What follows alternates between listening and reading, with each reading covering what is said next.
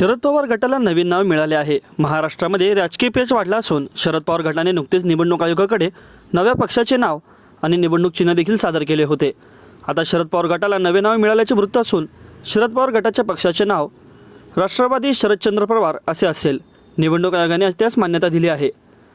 आज दुपारी 4 वाजेपर्यंत शरद पवार गटाला पक्षाचे नाव आणि चिन्ह देण्यास सांगितले होते।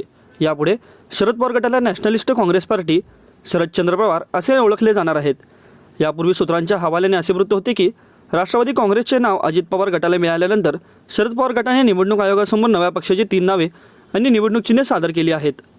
शरद पवार गटाने चहाच्या कपसोबतच सूर्यफूल आणि उगवता सूर्य हे निवडणूक चिन्ह स्वीकारण्याचा प्रस्ताव ठेवला होता। त्याचवेळी शरद पवार यांनी नवीन पक्षाचे नाव म्हणून शरद पवार काँग्रेस, मी राष्ट्रवादीने शरद स्वाभिमानी पक्ष असे 3 पर्याय सुचवले होते। निवडणूक आयोगाने शरद पवार गटाला नवीन पक्षाचे नाव आणि चिन्ह निश्चित करण्यासाठी पर्याय सुचवण्याची बुधवारी सायंकाळपर्यंत मुदत दिली होती।